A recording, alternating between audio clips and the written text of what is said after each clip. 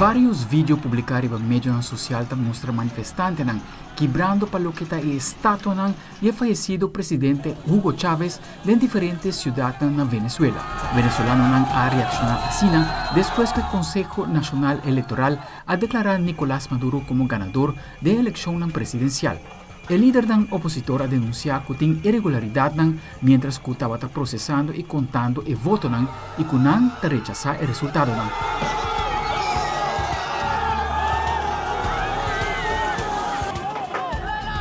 Mientras, la comunidad internacional estaba exigir transparencia en la autoridad electoral.